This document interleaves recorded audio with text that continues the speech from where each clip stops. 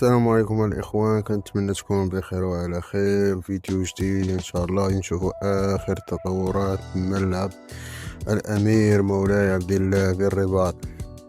كما كتشوفوا الإخوان، الملعب بدا كيتغطى، بدات غادي الأشغال على وشك الانتهاء.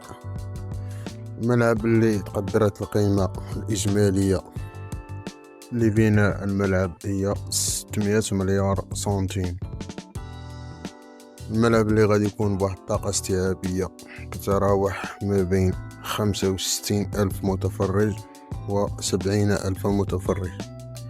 الملعب غيتكون من طابقين، الطابق الأول والطابق الثاني، زائد غرف خاصة VIP غتكون في الطابق شبه أوسط الملعب.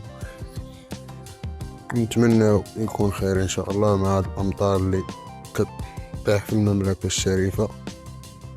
دمتم في أمان الله وإلى اللقاء.